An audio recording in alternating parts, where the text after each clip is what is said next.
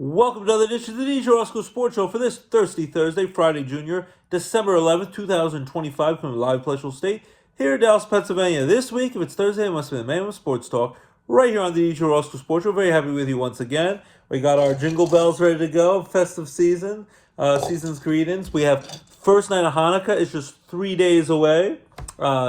So, as the great Adam Sandler song, in our family, we celebrate Hanukkah and Christmas. Me growing up, I was a Jewish kid from Brooklyn, New York. We always just celebrated Hanukkah, and then Christmas, we just went to the Chinese buffets and went to the movies that opened up that day.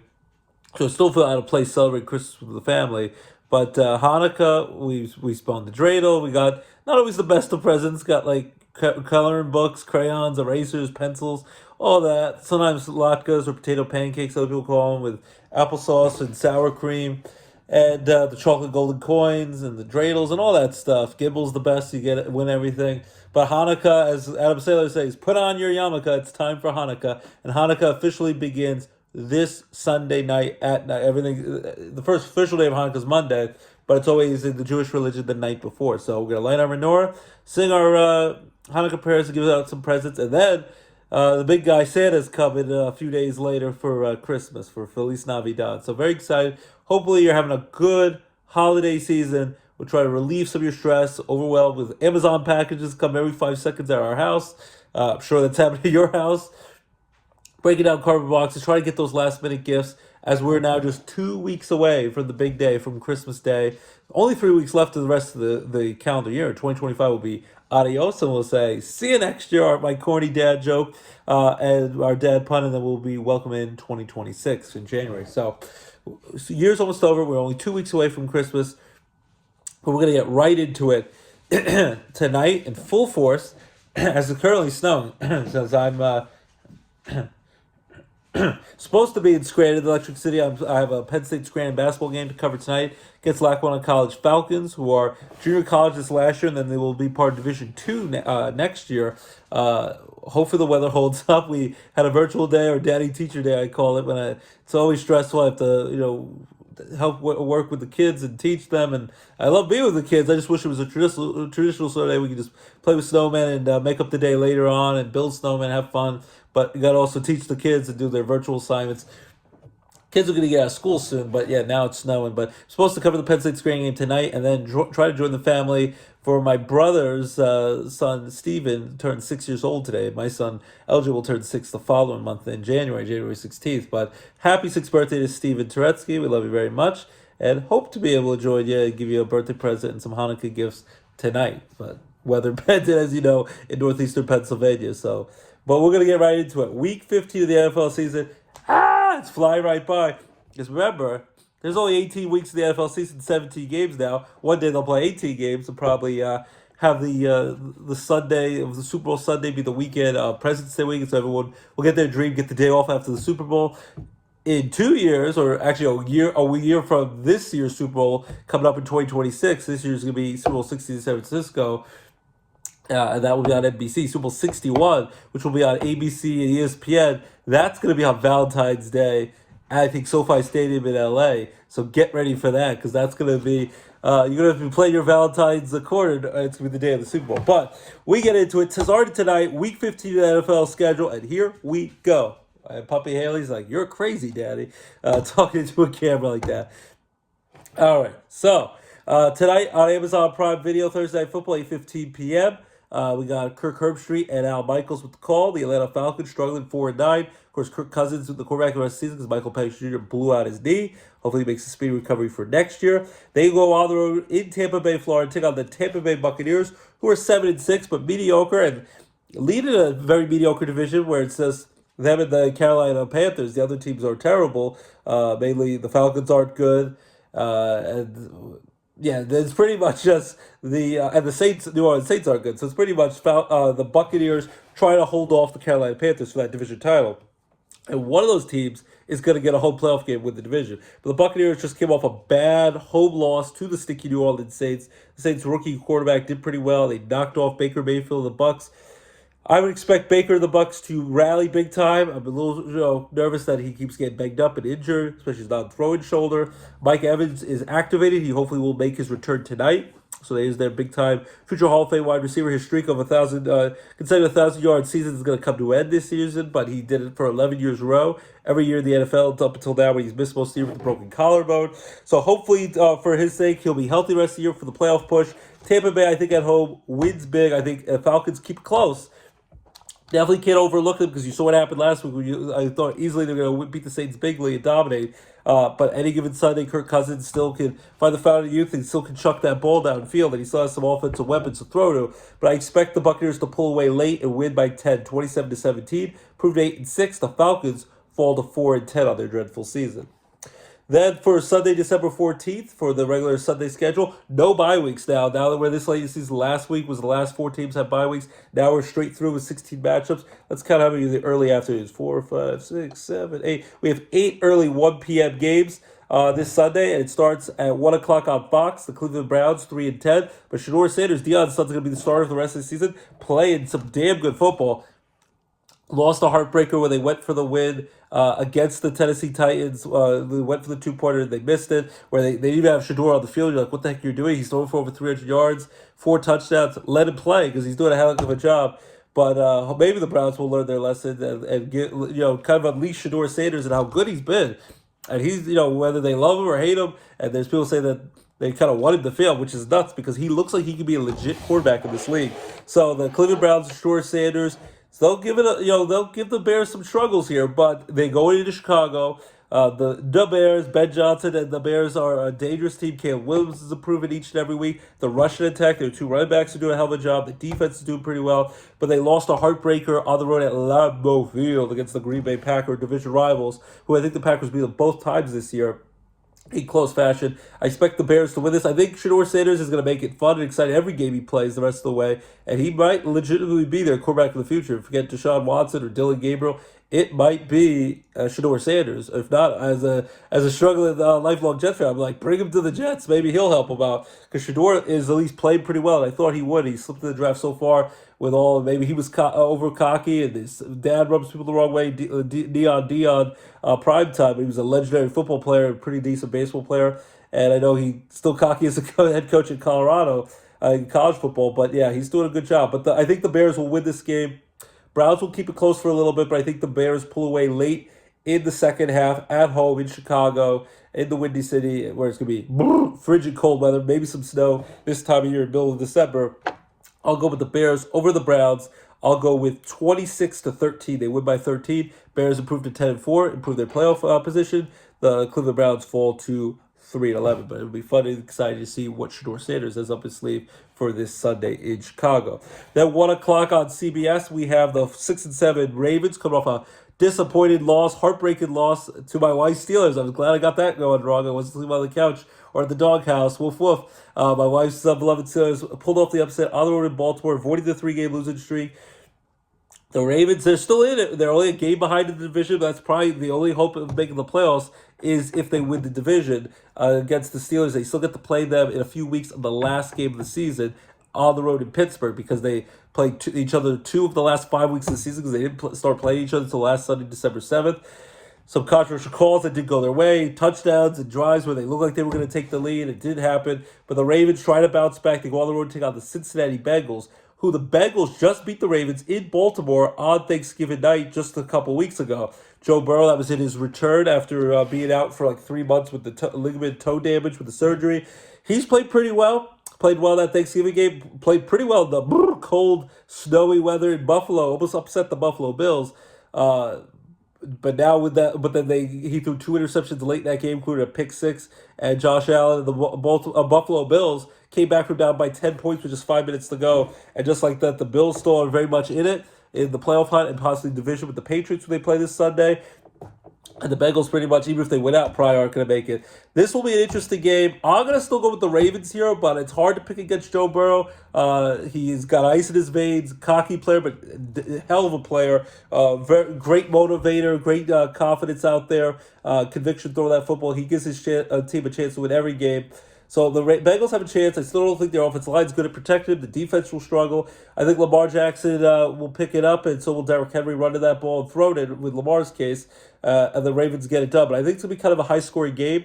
like they had a couple of games last year. I think Joe Burrow's going to put up some points. The Ravens are going to put up points, and I think the Ravens win a close one, 34-31. So they improve to 7-7, keep up with the Steelers in the division. Only a game back, and the Bengals fall to 4-10 and will be officially eliminated from the playoffs. 1 o'clock on Fox, we have the Arizona Cardinals 3-10 against the surging Houston Texans, who are 8-5. Started the year like terrible. I think they were like 1-4, 1-5, and they've been playing heck of football now. They have the number one defense in football. D'Amico Ryan's always been good with defense when he played in the NFL defense, and now coaching him up. And C.J. Stroud and company doing well. They're getting it done. They got the nice upset victory, which is maybe not an upset anymore because the Chiefs are just bad this year. They lose close games. They went to Arrowhead Stadium in Kansas City in hostile territory. The Texans won on Sunday Night Football, so I got that wrong. Last week I thought the Chiefs desperate and we were going to get it done. But still, Pat Mahomes does everything he can, but Travis Kelce makes big drops and they get picked off and key mistakes. The Chiefs just can't get it done, especially offensively anymore. They go for it. Andy Reid's desperate on fourth down, like back in his own 20, 30-yard line.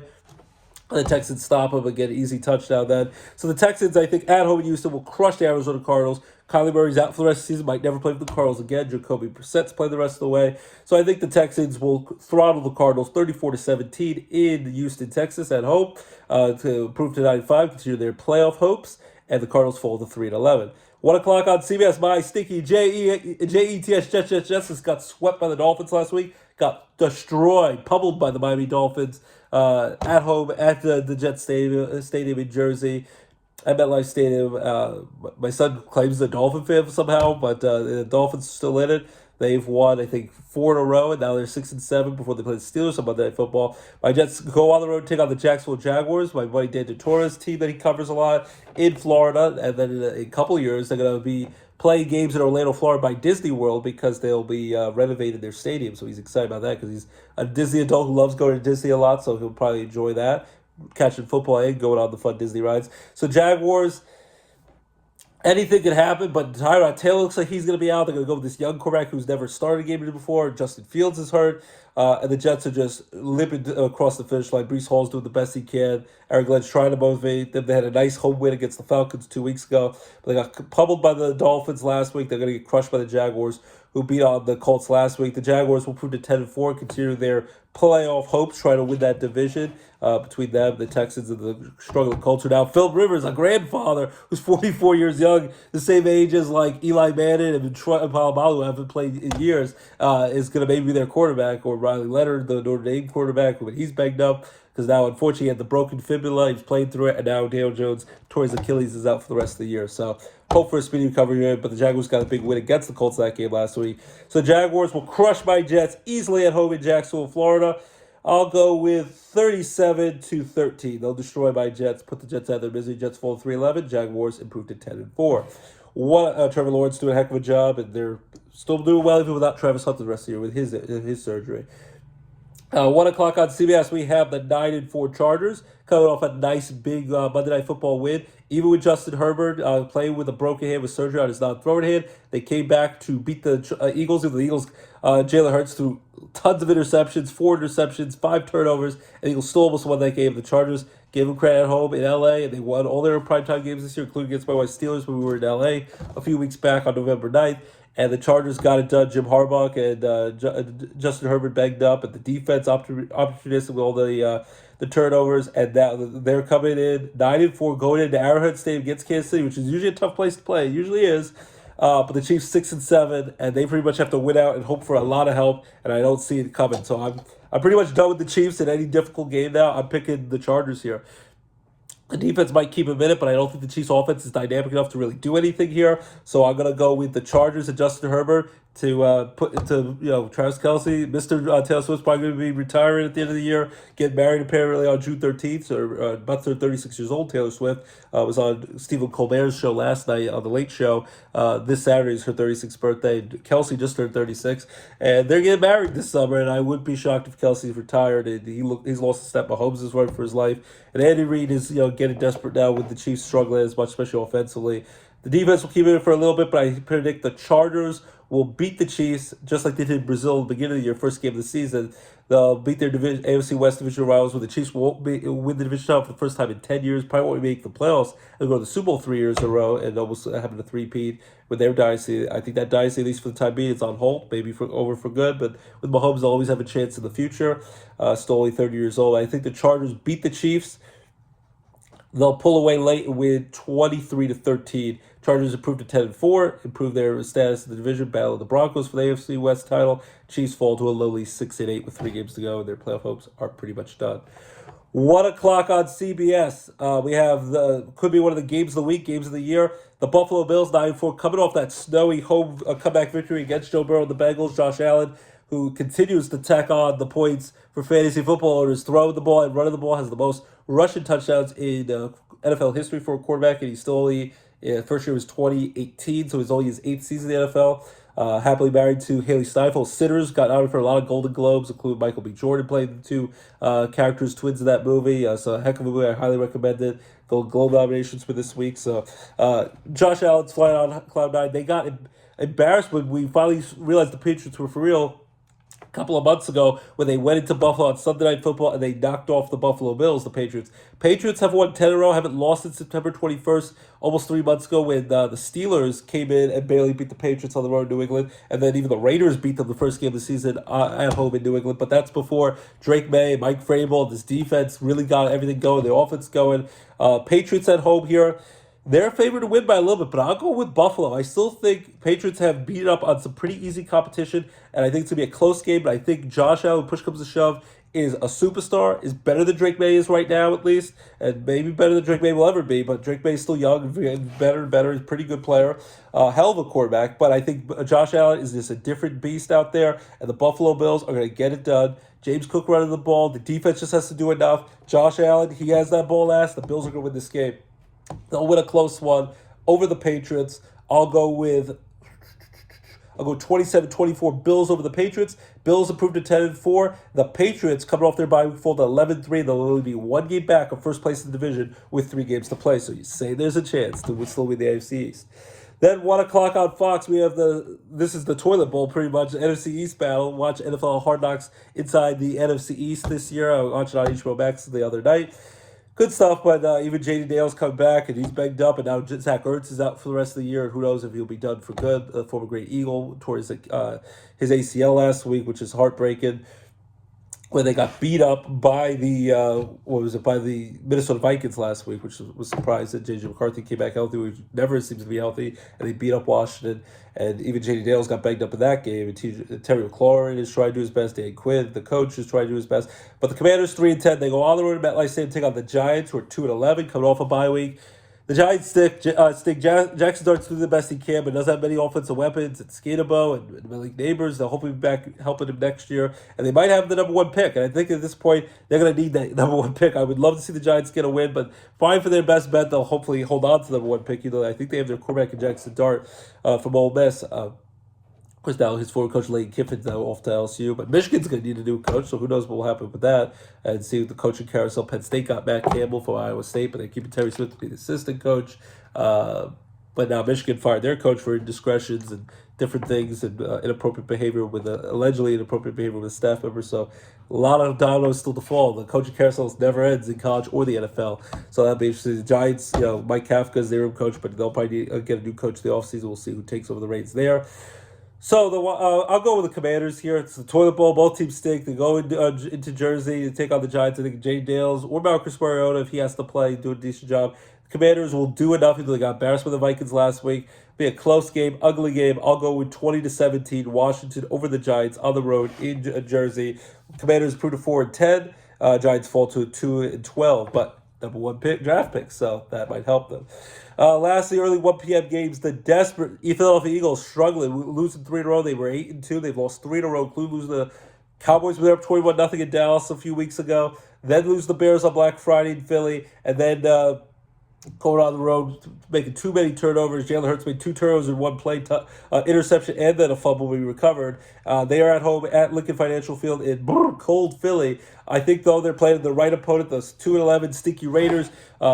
Pete Carroll's Raiders are an abomination. Geno Smith's been struggling, and he's banged up. So now former Eagle who won a Super Bowl last year with them as a backup quarterback and grew up an Eagle fan. Former Steeler quarterback Kenny Pickett, Mike Gag, who got to play a little last week, might actually get the start for the Raiders. That's going to be fun theater, going back to Philly. South Jersey native kid. But I think the Eagles are going to beat the Raiders here. If they don't, then there's real problems. If they lose 4-0, can't beat at home the crappy Raiders. They got to win, and I think it might be a little closer than it should be, but I think they find a way to get it done. And Saquon Barkley, hopefully he'll pick it up. He did pretty well last week against the Chargers at a big 52-yard touchdown to begin the fourth quarter, give them the lead, ran for over 100 yards. Still going to get over 1,000 yards this year, but he's definitely been struggling, taking a step back. The offensive line, Jalen Hurts needs to clean it up and stop with all the turnovers, and the defense needs to get it done. The offense is really the main problem. The offensive coordinator, of course, everyone wants him gone.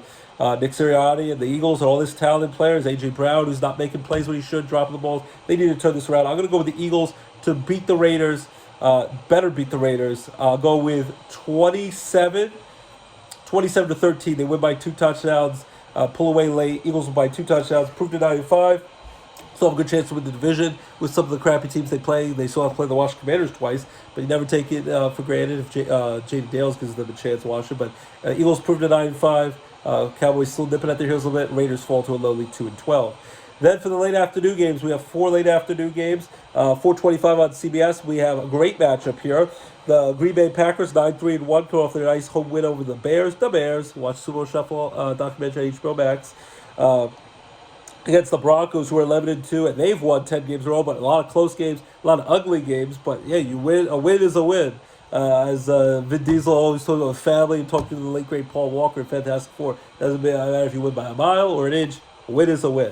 But the Broncos definitely, they have good defense, and Bo Nix and Sean Payton do pretty well offensively, but they've been barely winning some of these games. At home in Mile High in the Air in Denver.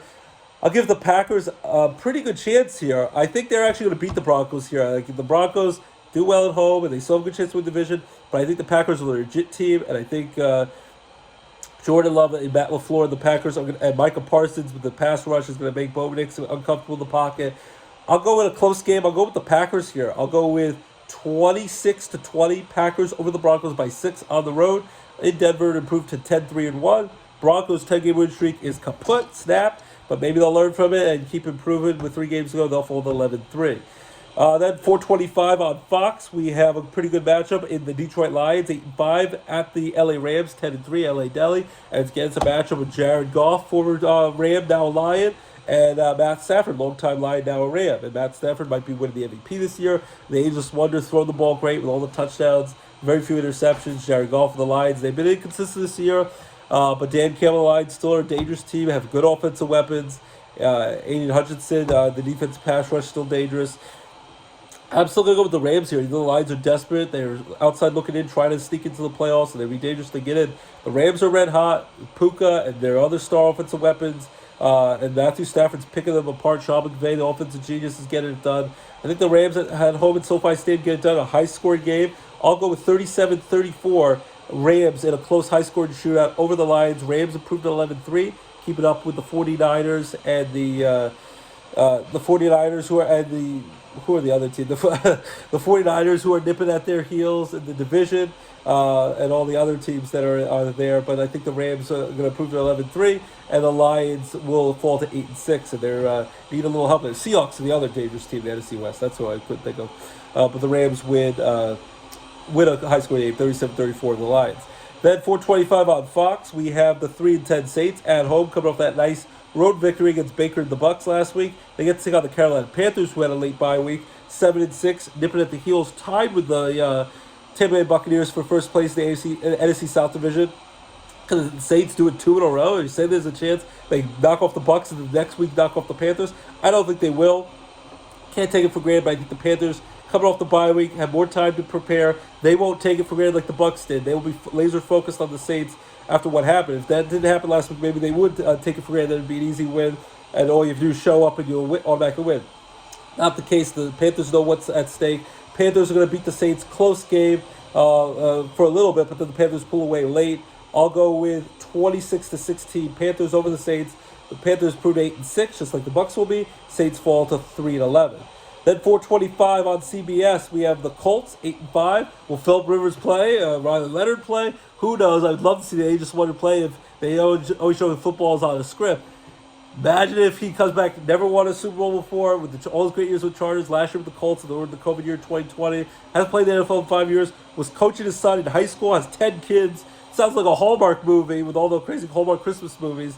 Can you imagine if they somehow made a deep run and made the playoffs and made the Super Bowl and he won it all and he's about to go to the Hall, maybe we go to the Hall of Fame this year, and that will get delayed if he takes one snap in an NFL game. He has to wait another 5 years to be eligible for the NFL Hall of Fame. So, Pro Football Hall of Fame, we can't know how. So I would love this. I want to see Phillip Rivers play. I think that'll be must-watch TV. But I still think in the end, they have a tough schedule. Colts are going to be struggling with all their injuries. Jonathan Taylor, the star running back, will do the best he can. Such a blow to lose Daniel Jones and Sauce Gardner, my former Jet quarterback, has been banged up. I think Sam Darnold's having a MVP caliber season with the Seahawks. At home with the 12th man in Seattle, tough place to play. I think the Seahawks beat the Colts here, but I still would love to see Phillip Rivers play. I think the Seahawks beat the Colts. I'll go with 27-13 and win by 2 touchdowns. Seahawks proved 11-3, keep up with the 49ers and the Rams in the NFC West Division title. The Colts fall to 8-6. They were once 8-2. I think they'll have lost their 4th in a row. Probably aren't going to make the playoffs this year with all the unfortunate injuries. And then for the last of the late afternoon games, 4:25 on Fox, we have the 2-11 Titans who stink, but they came back to beat. They were able to hold on and beat the Shedeur Sanders and the Cleveland Browns last week. They go on the road, take on the 49ers. 9-4 49ers play well even with all the injuries between Brock Purdy sometimes plays, Mac Jones sometimes plays. Kyle Shanahan's been a steady force, and George Kittle's been back. And with all the injuries, they find a way. Christian McCaffrey's having a great season. I think the 49ers, they won't overlook the Titans because any given Sunday, anything can happen, as Al Pacino said back in the day of that movie with Billy Beeman and company from 1999, 26 years ago. I remember that as a teenager. I think the 49ers beat the Titans here. Close for a little bit, but they pull away late. I'll go with 27-17. 49ers over the Titans. Titans fall to 2-12. Try to battle for that number 1 pick. If they got the number 1 pick last year, got Cam Ward. That's been up and down. We'll see what he does in year 2. 49ers prove to 10-4. Keep up with the Rams and the Seahawks in the division. Sunday Night Football, we have on 8:20 p.m. on NBC and Peacock simulcast the 5-8 Vikings who've been Jekyll and Hyde. J.J. McCarthy, the former Michigan quarterback, he's constantly hurt. Then he struggles. Then when he plays, sometimes he does pretty well. Shows a little moxie, like a little Tom Brady-esque. And other times he looks like he falls flat on his face and is a bust. We'll see when J.J. McCarthy shows up and if he can stay healthy. Cowboys 6-1, pretty much need to win out to have a chance, whether it be a wild card or to keep up with the slumping Eagles in the division. I think the Cowboys, as much as I'm going to root against the Cowboys, I root against the Cowboys every week. Jerry Jones and company, I think they're ridiculous. And watch the Cowboy Dynasty documentary on Netflix this summer. Check it out. And they could have kept that dynasty going if the ego of Jerry Jones would have stayed in check, and they could have kept Jimmy Johnson and all the big major players involved, and it all fell flat on their face after being the team of the 90s. But I digress. The Cowboys, though, I think will get a much-needed win against the Vikings. It will be a close, high-scoring game, but I think the Cowboys win on a Brandon Aubrey field goal. Such a clutch kicker, and can kick the ball from 70 yards out. And just unfathomable how well and how far he can kick these field goals. So accurate. I think the Cowboys win on a last-second field goal over the Vikings, 30-27. Dak Prescott will put up some good points. CeeDee Lamb comes back with concussion, and then George Pickens, who's had big games, going his free agent year after slumping and being on and off with the Steelers, but showed promise. Cowboys win 30-27 over the Vikings. Cowboys improve to 7-6-1. Keep up with the Eagles and their playoff foes. Try to keep up their playoff hopes. I'd love to see when Skip Bayless falls apart and whines and complains on Twitter with his videos. They're nonsensical when the Cowboys break his heart each every week, and he keeps buying into it each every week. The Vikings fall to 5-9. Will be out of the playoffs. Last but not least, Monday Night Football. This Monday night, December 15th, on ESPN ABC, we got the 6-7 Dolphins, who are surging. I think they were 2-7 at one point. Tua's playing much better. Mike McDaniel's trying to keep his job, and the Dolphins are improved to 6-7. Beat up on some bad teams, but they're getting it done. They crushed my Jets last week for both wins this year against the Jets. They go all the way to Pittsburgh. Cold weather. Tua has never won a game below 40 degrees. Can they get it done? We'll see. The Steelers, 7-6, they had a big bounce-back win. Aaron Rodgers actually looked like he could move around a little bit, not just an old senior citizen at quarterback. He was gunslinging, throw the ball to DK Metcalf. Maybe Freiermuth will get more involved. The big guy Washington get involved. Jalen Warren. We call him Fake Juju. The number 19, Calvin Austin. Because my wife can't remember all the names. She just remembers the numbers of the players she used to cheer for. At home at Acrisure Stadium, I think the Steelers will win this game. A little concerned, though, about TJ Watt. Hopefully he's okay. He has apparently a lung issue after he had a league practice early, I think yesterday on Wednesday. Hopefully he gets a clean bill of health and he can play, but we'll see. He has an extra day because it's Monday. But we just hope TJ Watt, the great Steeler pass rusher, is okay. That's pretty scary to hear about, that he's in a Pittsburgh hospital and they're checking out his lungs. So Steelers, hopefully he'll be okay. TJ Watt, and the defense has to keep playing well. Mike Tomlin, at least for 1 week, he can tell them, and Aaron Rodgers can say relax, and he can stop saying fire Tomlin after they got embarrassed by the Bills 2 weeks ago. They had a nice bounce-back win on the road in Baltimore, saved their season for now in first-place division, but only by 1 game. So I'll have to play the Ravens one more time. I think at home they beat the Dolphins. Dolphins will be a challenge, but I think the Steelers, it's going to be hard to play that cold weather with Tua. I think it's going to struggle playing in cold weather. It's going to be brisk, baby. Steelers are used to it. Aaron Rodgers hopefully looks like he continues to find the fountain of youth with those smelling salts he has and throws the ball deep to Metcalf and use Freiermuth more. I think the Steelers win.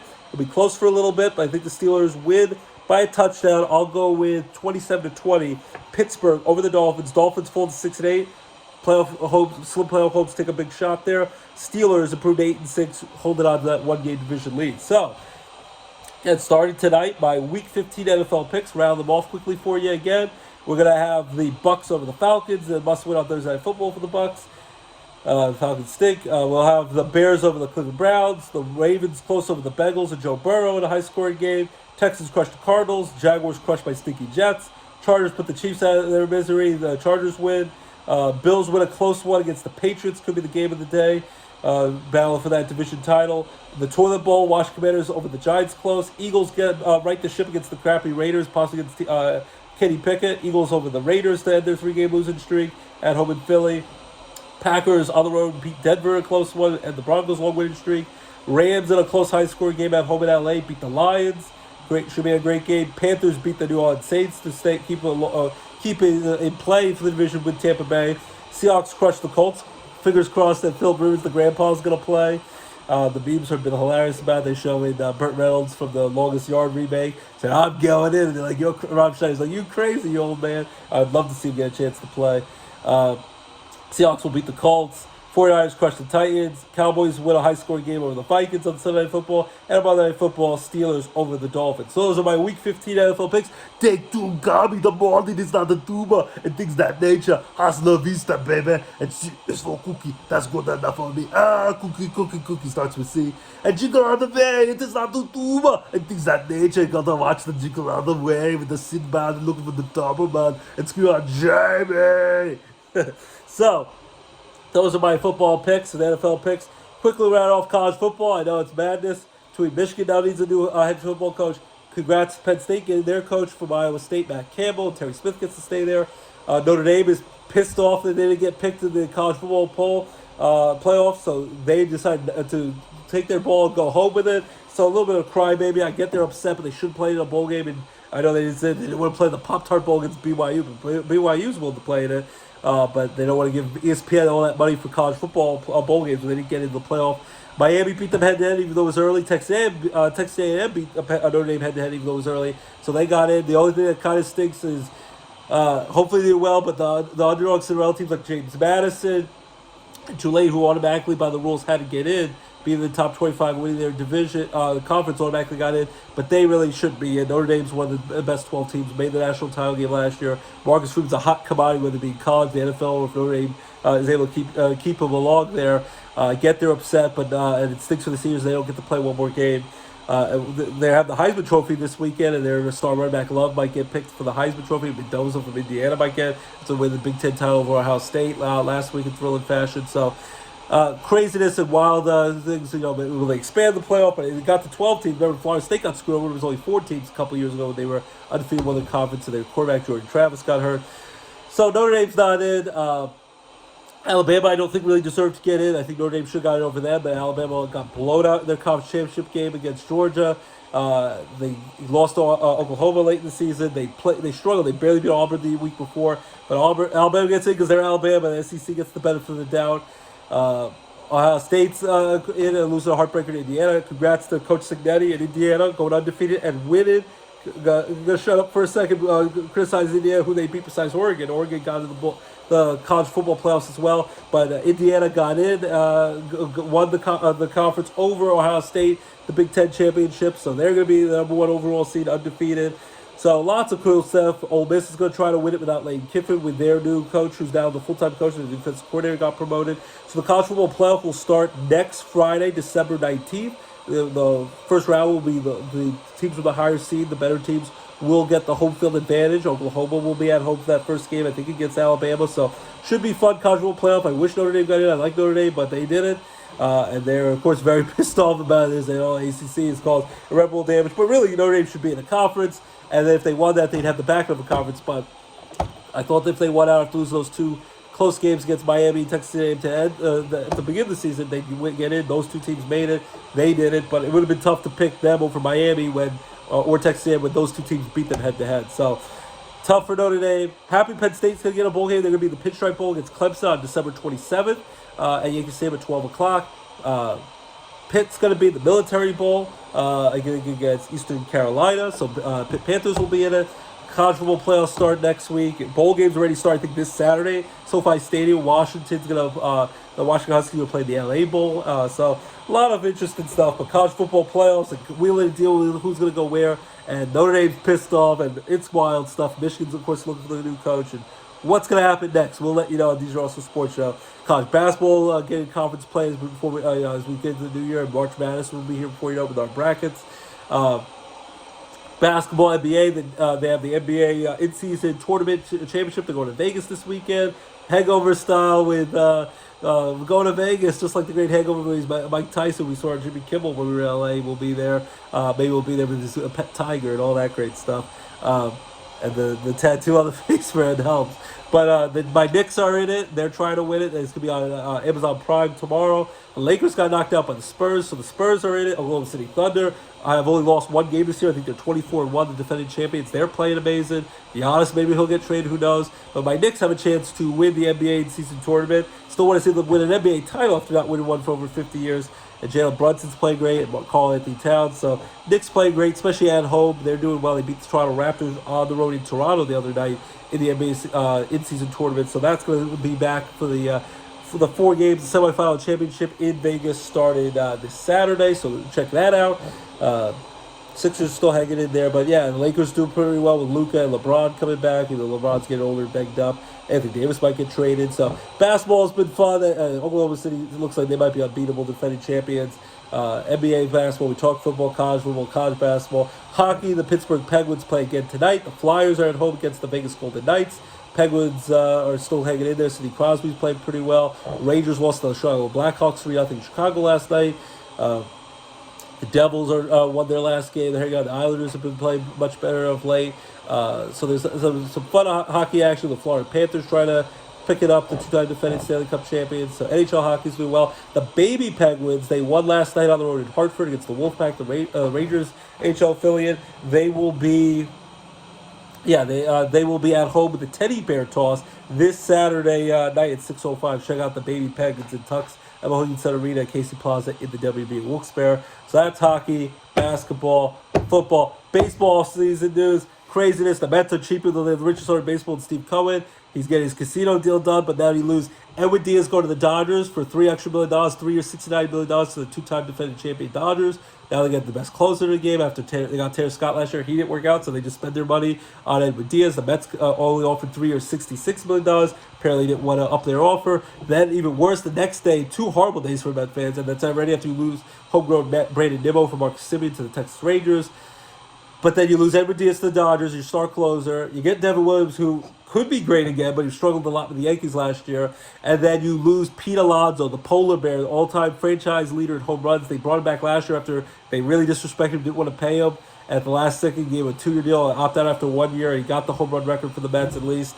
They didn't want to go beyond 3 years. He's only 31 years old, hits 40 home runs, 120 RBIs a season, stays healthy almost every year, first base DH. And they didn't want to pay him up. Homegrown superstar Pete Alonso, and after 7 great years, he is gone. It's heartbreaking as a Met fan, and all Met fans out there are heartbroken this holiday season. He is going to the Baltimore Orioles. He'll be beat up on by Yankees, the AL East. Orioles need to add some pitching, though, but 5 years, $155 million. The Orioles gave him respect. The Mets did it, and the Mets, this is what happens. The Mets got cheap or didn't value him, and now they might get Paul Goldschmidt, the old guy. When he was younger and won the MVP a few years ago with the Cardinals, that would have been good signing, but he was a decent platoon player for the Yankees last year. Ben Rice was better. He is laughable if that's who you're going to replace Pete Alonso with the polar bear with all the power production he has, and he still had a lot left in the tank. So hopefully he does great with the Orioles, and the Mets will rue the day they lost him and the Orioles will play at Citi Field in the middle of September. So Pete Alonso will get a state ovation by the Met fans, and I'm sure he'll love to light up the Mets and prove that they were wrong for not keeping him. So yeah, Pete Alonso to the Orioles. Kyle Schwarber stays with the Phillies, 5 years, $150 million. Pirates allegedly were offered lots of money. Other teams were offered lots of money. The Cubs, his hometown Reds in Ohio. But Pirates did get Gregory Soto, pretty good lefty relief pitcher for $7 million for 1 year. Hopefully they'll spend that money. They didn't get Kyle Schwarber. I'm glad Schwarber's back with the Phillies. That's where he belongs. All the great power numbers. He's beloved in Philly. He loves it there. And now hopefully has a chance to bring home a championship in Philadelphia, the city of brotherly love. So he gets to say, so Schwarber stays with the Phillies. Edward Diaz to the Dodgers, the closer. Devin Williams to the Mets. Mark Simmons to the Mets. Brandon Nimmo to the Rangers. Pete Alonso to the Orioles. That was the shocker. Today, Robert Suarez, the star reliever closer who led the NL with 40 saves with the Padres. He signed with the Atlanta Braves. Who also got Mike Yastrzemski, a pretty good power hit, pretty good outfielder for the Royals. Calling Yastrzemski's, I think, nephew. Or grandson, it might be. I can't remember, but he's a Yastrzemski, so he comes from good lineage for baseball. But yeah, Suarez goes to the Atlanta Braves. Mark Leiter Jr. goes to the, I guess, just the A's. They'll be Vegas. They're Sacramento, formerly of Oakland. Yankees, gotta spend the big bucks to keep Cody Bellinger because I'm sure the Mets would love to steal him away. The Yankees need him. He can play first base, outfield, so hopefully the Yankees bring him back. Possibly might trade Jazz Chisholm. I hope they keep Jazz Chisholm. Have to add bullpen arms. Garrett Cole, Carlos Rodon should be hopefully back pretty soon from their arm injuries. So the Yankees rotation should be good with Schlittler and Max Fried. A lot of guys are going to the World Baseball Classic, including Schwarber's go, and a bunch of guys from Dominican Republic, Japan, of course, with Otani, Tazaki from the Dodgers. So a lot of World Baseball Classic will be here in March. Spring training will be in February, where the winter meetings are just wrapping up. For a lot of offseason wheeling, dealing. It started off slow, but trades and signings, and it's all going down. So we're very excited for all the offseason booty chatter for baseball. Hopefully, the Yankees bring back Bellinger. The Mets, do they go after Kyle Tucker and get him in there? Do they do something to, or still Bellinger away? Do they do something to clear that sour taste in the mouth of all Met fans, losing Alonso and Diaz and Nimmo? So that's been a disaster. Phillies keep Schwarber. That's great. Pirates, they got to spend big money to make sure Skeens doesn't leave in a few years. So that's the baseball season talk. That makes me warmer just thinking about baseball. Regular season in March. It's almost January, and but we got baseball talk. But Met fans are pissed off, and Steve Cohen needs to pay money and keep his homegrown stars, and he failed to do that. I wanted Pete Alonso to retire as a great Met player, and now you're like Juan Soto, like, do you regret now leaving the Yankees? You know they're better option going to the Mets. Now you have no one to play with besides him and Lindor, and who knows if they're going to want to get the hell out of there soon. So keep it locked. DJ Roscoe Sports Show. Your home for favorite sports and entertainment talk right here at DJ Roscoe Sports Show. And I'm going to sing a quick song by my beautiful wife Abby. Love you all by heart. Lorelai, my beautiful daughter. LJ, my handsome son. And I'm going to say, put on your yarmulke. By great album saying, it's time for Hanukkah. The odor of supersonics. Celebrate Hanukkah. Hanukkah is the festival of lights. Instead of one day we got 8 crazy nights. So that's a little bit. So put on your yarmulke. It's time for Hanukkah. Get excited for Hanukkah. Jingle bells. All the great holidays. Festivus for the rest of us coming up. And keep warm with the cold, snowy, wintry weather. It's not even officially winter. And now we're in December 11th. Happy birthday, 9th birthday, Calvin. Happy 6th birthday to my nephew, Steven, today. I'm very excited about that. And then happy 12th for tomorrow, December 12th. College football bowl season. Happy birthday for all Taylor Swift and Swiftie fans, all that great stuff, and all that. So enjoy college bowl games, college football playoffs. Notre Dame's upset. Met fans are upset. Baseball, wheel and dealing. Basketball, hockey. Hopefully the Knicks win the in-season tournament cup. And then football between college and NFL, all the great stuff. Keep it locked. DJ Roscoe Sports Show, your home for favorite sports and entertainment talk, right here on DJ Roscoe Sports Show. Also, Five Nights at Freddy's, big at the movies. Predator Badlands, Now You See Me 3. What's it called? The Running Man, the new Wicked movie, the new Zootopia 2 movie, all that great stuff. A lot of great holiday movies. Avatar 3 comes out next week. By Cyrus 6 is so glad. So a lot of big time holiday movies. The new Anaconda with Paul Rudd and Jack Black. Should be a great time. Should be a funny, hysterical holiday at the movies, whether it be streaming or at home with all the TV shows and movies you can watch as they get ready for their mid-season finales and all the must-see watch entertainment. So finally watching Mission Impossible, the streaming thing. So a lot of great stuff. So keep it locked. DJ Roscoe Sports Show, your home for your sports entertainment talk right here at DJ Roscoe Sports Show. Have a great weekend, everyone. Stay warm this cold weather and take care. Happy Hanukkah, happy holidays, and keep it locked to DJ Roscoe Sports Show. Have a great weekend, everyone, and bye-bye.